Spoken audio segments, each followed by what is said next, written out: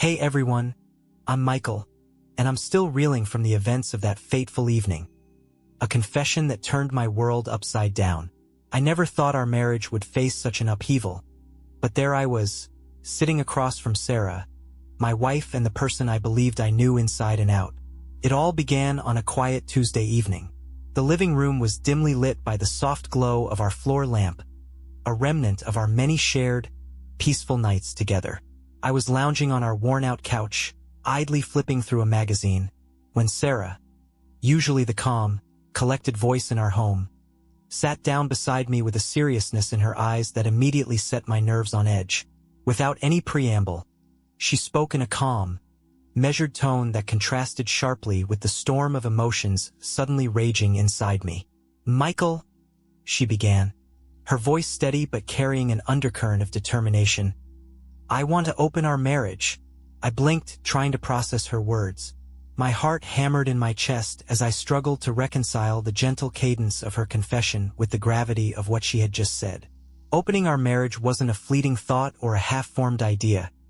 It was a decision she'd already made, a step she intended to take without hesitation. At that moment, I felt completely stunned. My mind raced through a torrent of questions and doubts. Had I missed some underlying cues? Was our marriage already crumbling without my knowledge? I remember thinking, how did I get here? The Sarah I knew was loving, devoted, and always communicated her feelings. Yet, here she was, dropping a bombshell that shattered the familiar foundation of our relationship. I sat in silence, trying desperately to understand what was unfolding. The room felt unusually cold despite the summer heat outside, as if the atmosphere itself was reacting to the seismic shift in our reality. My eyes searched hers, seeking any sign of a hidden agenda or a momentary lapse in judgment, but I found none. There was only resolve, a clear-eyed certainty that this was what she wanted. In that surreal moment, I realized that our marriage had reached a crossroads I hadn't anticipated. It was as though the life I had meticulously built was suddenly being redrawn by someone else's plan. A plan that I was now forced to consider, whether I liked it or not. I want to be clear, I wasn't angry at Sarah. I was hurt, confused, and yes, a little betrayed by the suddenness of it all. But beneath the shock lay a deeper fear of the unknown and fear of losing the intimacy and familiarity we'd nurtured over the years. It was as if the very essence of our connection was being challenged, questioned by a decision that I couldn't immediately wrap my head around. As I sat there, lost in a whirlwind of emotions, one undeniable truth became clear. Nothing would ever be the same again. The calm confession had unraveled a tightly knit tapestry of our shared life, leaving me to pick up the threads and figure out if they could be woven into something new or if they were destined to unravel completely. And so began the first chapter of a journey I never saw coming. A journey that would force me to confront not only my own vulnerabilities, but also the true nature of commitment and the evolving dynamics of love. I'm still processing everything, and I don't know where this path will ultimately lead. But one thing is certain. The question of what comes next is now the most urgent and daunting one I've ever faced. Stay tuned for more as I try to navigate through this labyrinth of emotions and revelations. I'm still reeling from that shocking confession, but nothing could have prepared me for what I discovered next. It happened on a day that started like any other, until I stumbled upon the truth hidden in the unguarded screen of Sarah's phone. I had been pacing our dimly lit living room, grappling with the words she'd spoken just days ago, when an odd impulse took over. I reached for her phone, something I never thought I would ever do. I told myself it was for my own peace of mind, to understand if there was any truth behind the seeds of doubt that had been planted. As I unlocked it, I felt a pit in my stomach, half expecting the worst, half hoping for a misunderstanding that could somehow be undone with a conversation. Scrolling through the messages, I found a conversation that made my heart sink into an abyss of betrayal. The sender was Lucas, a name I recognized immediately as one of the parents from our children's school. I remember thinking, what on earth is this doing here? The messages were not casual or fleeting. They were detailed and meticulously planned. Lucas's words jumped off the screen, each one a dagger aimed at my already vulnerable heart. There were plans for the future, intimate exchanges, and, what hurt the most, a single, heart-wrenching question. When are you going to tell him it's over? In that moment, the truth unfolded like a slow, painful film reel. Sarah hadn't merely been tempted by an affair. She had been orchestrating her exit from our marriage with a level of planning I could never have imagined. Every word in those messages was a calculated step toward erasing our shared past. It wasn't just a betrayal of trust. It was a betrayal of the life we had built together, the promises we had made, and the dreams we had nurtured. I sat there, frozen in disbelief, the phone still in my trembling hand. Each message I read felt like a confirmation that our marriage was already over, a conclusion that came not from a single act, but from a series of calculated decisions. I reread the messages over and over, each time hoping that I had misinterpreted them, that they were nothing more than harmless banter between two friends. But the reality was stark and undeniable. Sarah had been preparing to leave me without a word, leaving me to wonder when I would ever have the chance to say goodbye. My mind raced with questions that would plague me for weeks. How long had this been going on? Had I missed signs that should have alerted me to the truth? I recalled the late nights when Sarah would step out for work meetings and the unexplained absences on weekends. At the time, I had brushed them off as mere coincidences, trusting her implicitly. Now, those moments became pieces of a puzzle that I desperately tried to assemble. A puzzle that revealed a picture of deceit and calculated betrayal. The more I read, the more I felt as if I were living in a nightmare. The messages detailed plans of a future without me. A future where she and Lucas would build a life together, leaving behind the remnants of our broken promises. I couldn't help but feel that every word was a deliberate strike, as if she wanted me to see the inevitability of our separation. The question, "When are you going to tell him it's over?" echoed in my mind relentlessly. It wasn't just a question. It was an announcement that I was no longer part of her future plans. I sat there, grappling with a surge of emotions that ranged from anger and betrayal to a profound sadness. My heart felt shattered, each fragment representing a memory we had once shared, now tainted by deceit. The realization that she had planned her departure so meticulously left me with a deep sense of loss. Not just of the love I thought we had, but of the trust and security that defined our life together. That day, I was forced to confront the brutal truth. I wasn't the only one who had been blind to the signs. Sarah had been planning this escape long before she uttered those fateful words. The man I believed I knew was, in fact, a stranger who had built an entirely different life behind my back. And as I held that phone, each message burning itself into my memory, I knew that nothing would ever be the same again. I tried to recall the last time I had seen her smile at me the way she used to, genuine, unguarded. Now, every smile, every kind word, seemed laden with a secret that I was too late to uncover. The betrayal was total, and it cut deeper than I ever imagined. I was left to question everything about our relationship, from the quiet moments of shared laughter to the deepest, most intimate confessions of our souls. In the days that followed, I found myself oscillating between despair and a cold, simmering anger. I replayed every conversation, every shared memory, searching for clues that I might have overlooked. But the messages on that screen were irrefutable. Sarah had not just strayed. She had planned an exit that left me stranded in a life that was no longer mine to claim. Now, as I write this, I am still trying to understand how I can move forward from a betrayal so profound. The future that I once envisioned has dissolved into a labyrinth of uncertainty and heartache. I am left with a single haunting question. How do you rebuild your life when the very foundation of trust has been shattered? And even as I grapple with that, the echo of that final message remains, a reminder that the love I once knew has been replaced by a cold, calculated goodbye. I don't know what tomorrow holds, but today, the wound is raw, and the betrayal is undeniable. This is the reality I must face. A reality where trust is broken, love is questioned, and a future once shared is now a distant memory. I remember that night vividly. A night when the realization hit me like a tidal wave, forcing me to take control of my shattered reality. With the betrayal fresh in my mind and the painful evidence of Sarah's plans echoing in every corner of our home, I knew I couldn't afford to be paralyzed by despair. Instead, I had to act not just for myself but for the sake of our children. I needed to escape before the venom of this betrayal could poison any more of our lives. The decision was sudden yet resolute. I was packing. I started gathering a few essentials: a change of clothes, some personal mementos, and items that could bring comfort in the chaos of an uncertain future. Each item I placed into my duffel bag felt like a small act of rebellion against the betrayal that had robbed me of the security I once knew. I made sure to collect things for the kids, too. Their favorite books, a couple of toys, and those little things that spoke of who they were, because I wasn't going to let them be collateral damage in this unraveling of our family. As I methodically packed, my mind was a whirlwind of memories, both sweet and bitter. I recalled the laughter we shared during family dinners, the warmth of our home filled with innocent giggles, and how all of it was now hanging by a fragile thread. Just as I was zipping up the last bag, I heard a soft rustle behind me.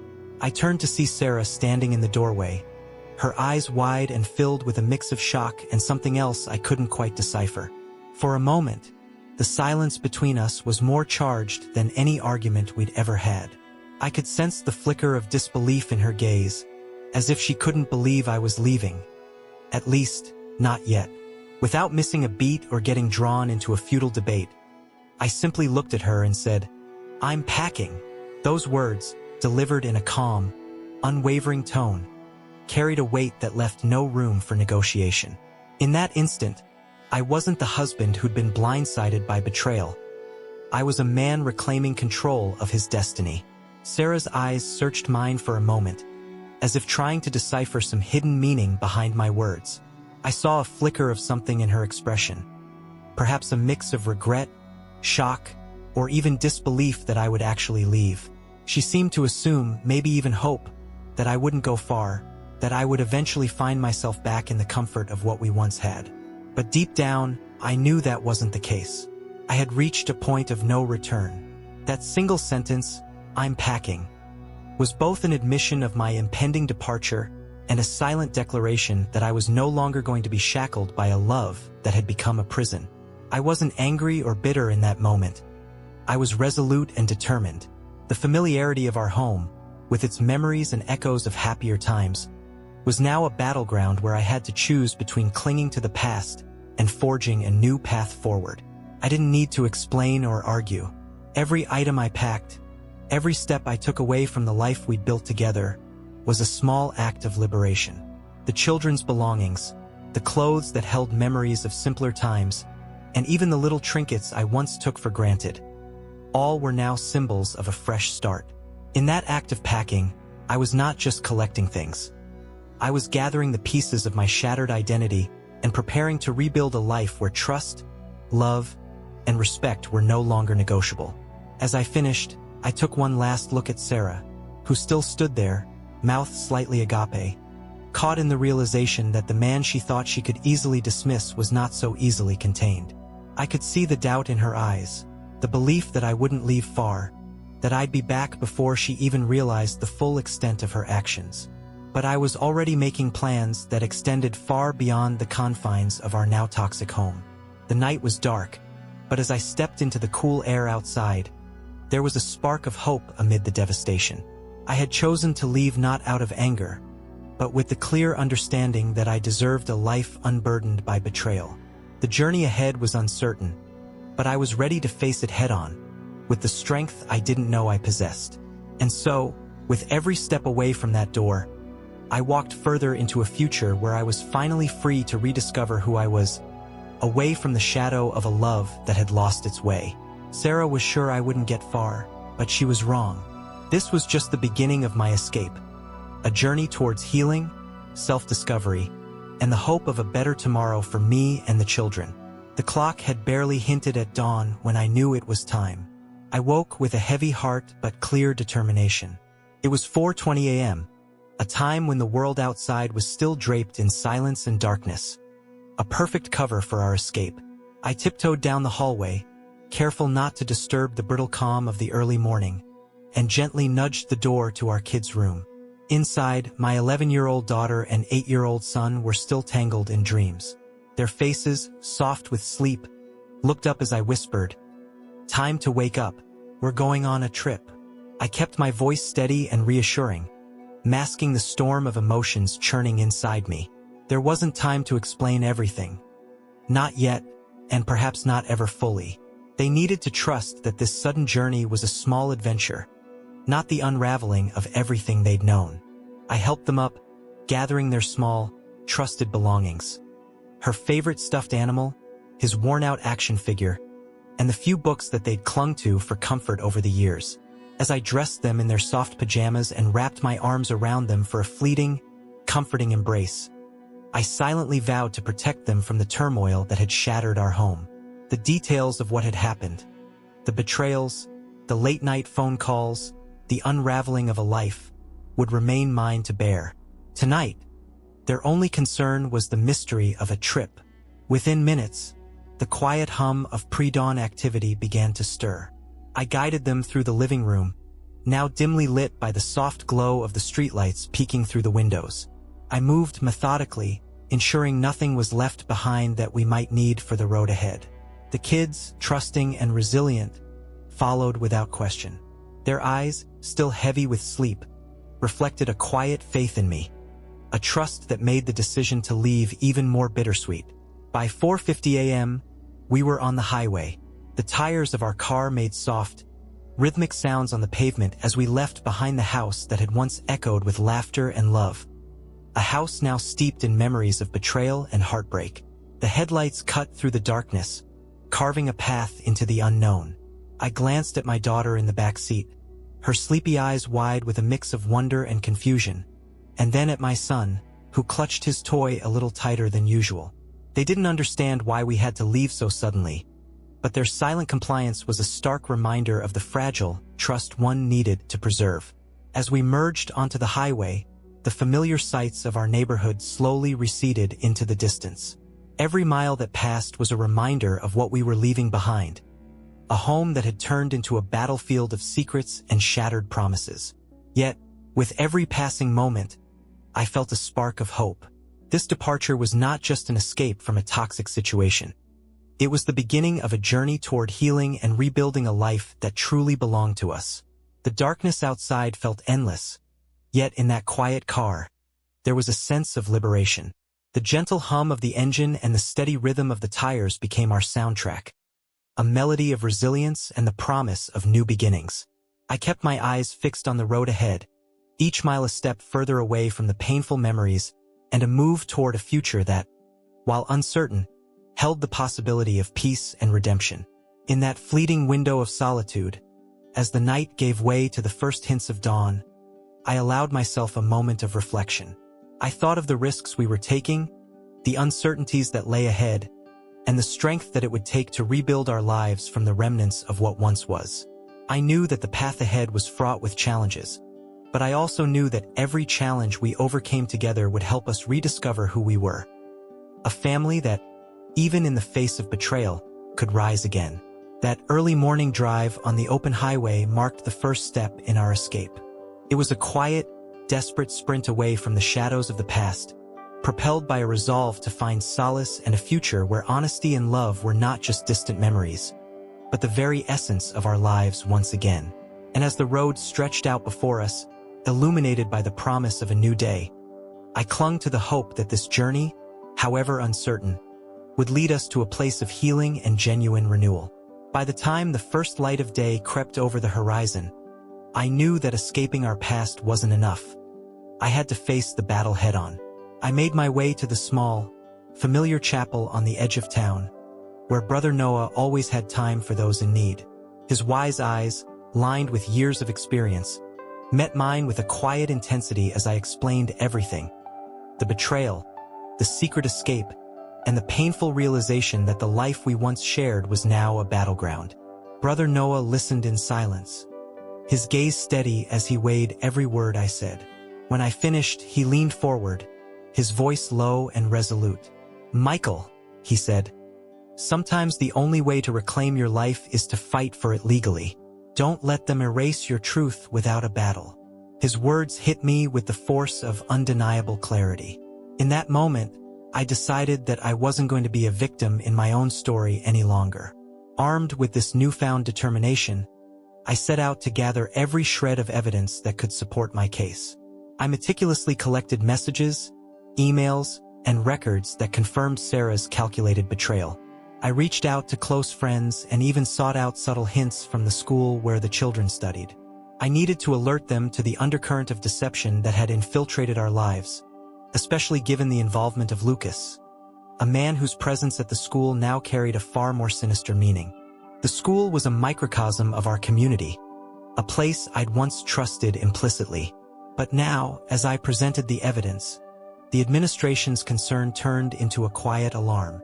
They initiated an internal investigation, ensuring that Lucas and Sarah's actions wouldn't jeopardize the sanctity of their institution. It wasn't just a personal battle. It was a fight for the truth that affected everyone around us. Realizing the magnitude of what I was up against, I sought legal counsel. I found a lawyer who specialized in family and civil matters, someone who looked at me not with pity, but with the same fire I felt burning inside.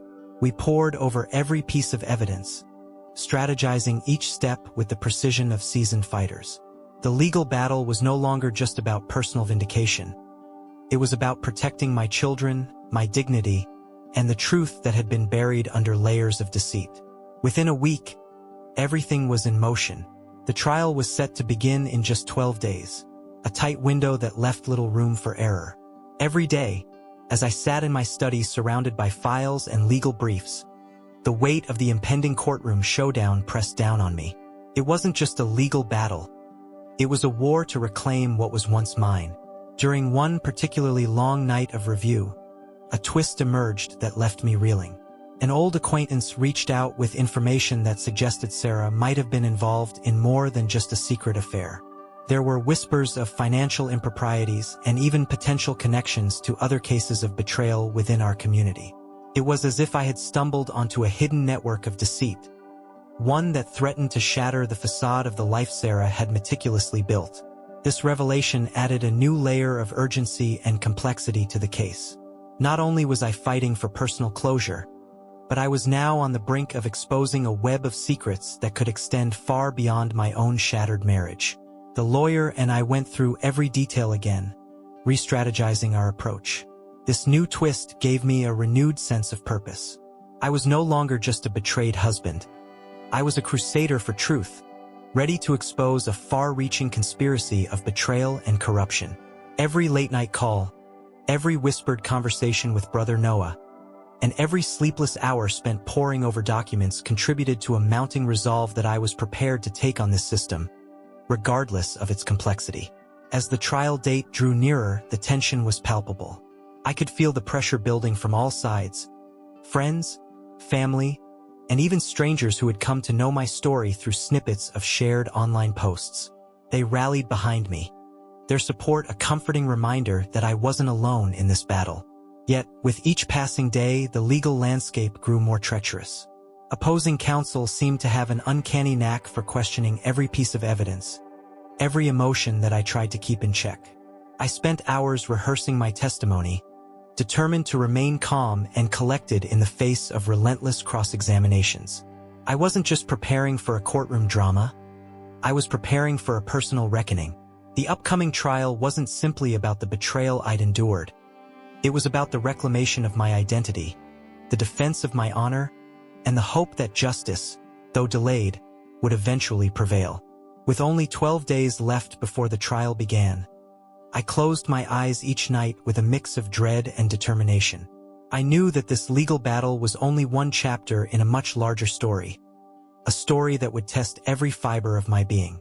But as I prepared to step into the courtroom, I was ready to fight for the truth, to expose the lies that had torn my world apart, and to reclaim the life that I had once believed was irrevocably lost. Court day arrived like a storm I never saw coming. A day where every truth I'd painstakingly gathered would be laid bare under the unforgiving glare of justice. I walked into the courtroom with a mix of trepidation and resolve, my heart pounding as if it knew the gravity of the moment.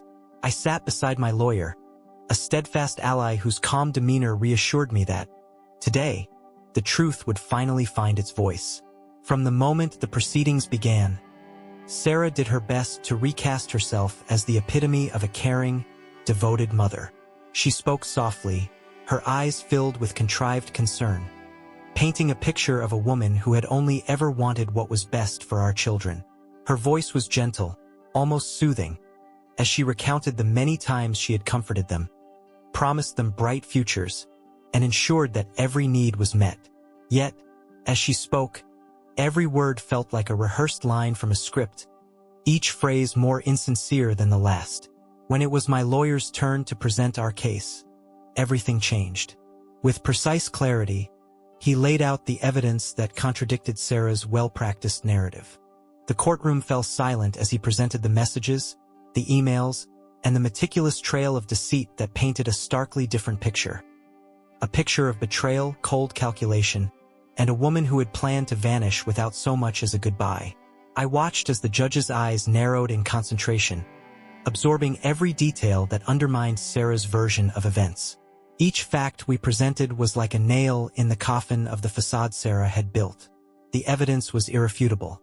The carefully curated correspondence with Lucas, the secret plans to escape, and the hidden truths that had been kept from those who mattered most, our children. When my lawyer questioned Sarah about the timing of her actions and the inconsistencies in her story, her confident mask began to crumble. Her responses were evasive, and the more she tried to defend herself, the more the truth emerged like a relentless tide. Then came the turning point. In a moment that felt almost surreal, the judge, an imposing figure with a reputation for fairness, ruled in my favor.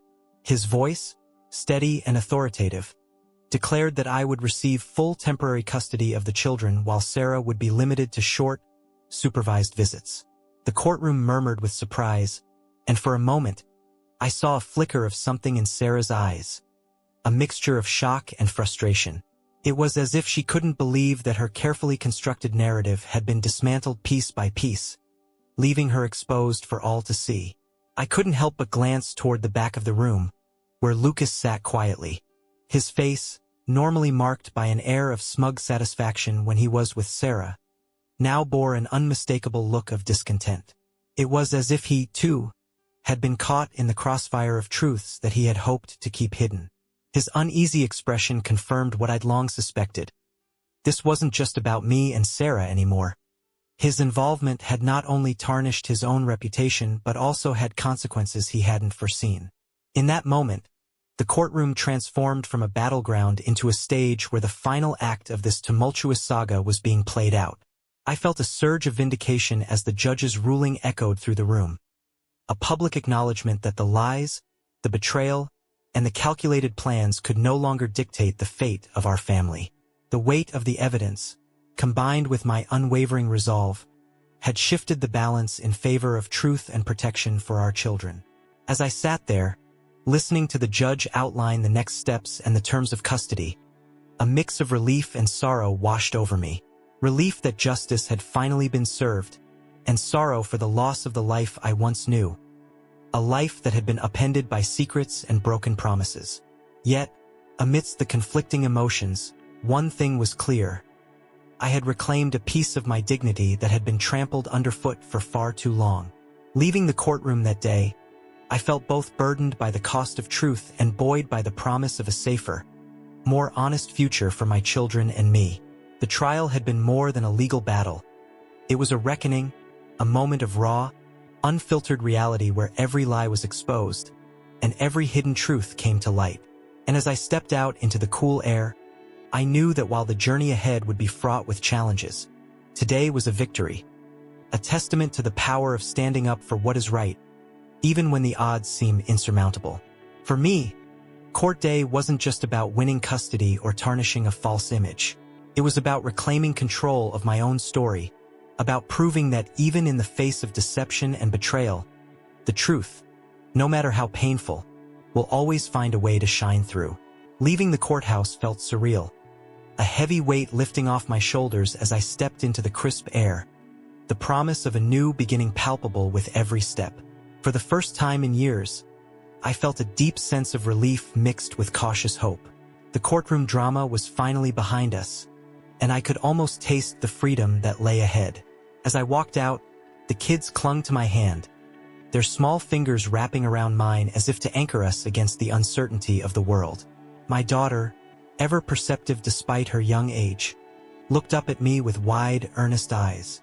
"Are we going to be safe, Daddy?" she asked, her voice trembling with both fear and hope. I paused, meeting her gaze with all the warmth and determination I could muster, and replied, "Yeah, it's going to be okay now." In that moment, her question echoed like a promise. A promise that no matter what battles lay ahead, I would do everything in my power to keep our little world secure. We piled into the car, and the drive to our next stop felt more like a journey toward redemption than an escape from the past. I could still feel the echoes of the trial and the sting of betrayal, but now they were slowly being replaced by the anticipation of a future where I was finally in control. The kids chatted quietly about the strange, early morning ride and the promise of something new, and for the first time in what felt like an eternity, I smiled genuinely at their innocent enthusiasm. Our destination was a small local pizza place, a far cry from the sterile atmosphere of a courthouse, but the perfect setting for a victory dinner.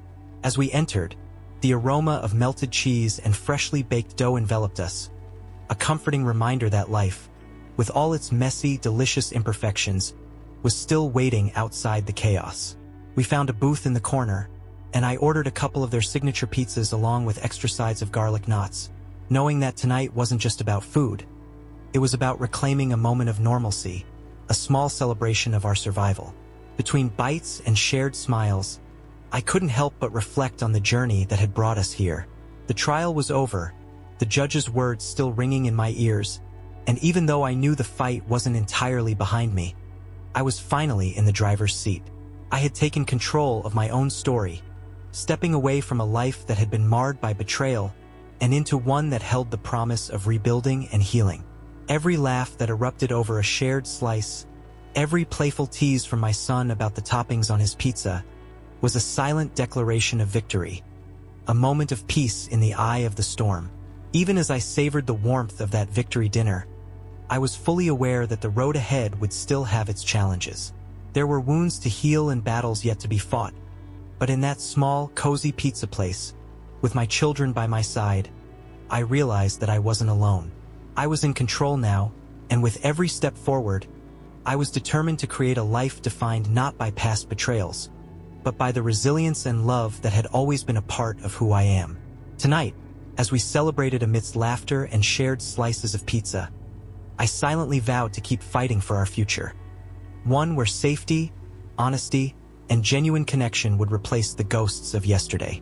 And as the night wore on, with the warm glow of the restaurant lighting our hopeful faces, I knew that although the battle was far from over, we had taken the first triumphant step toward a truly new beginning.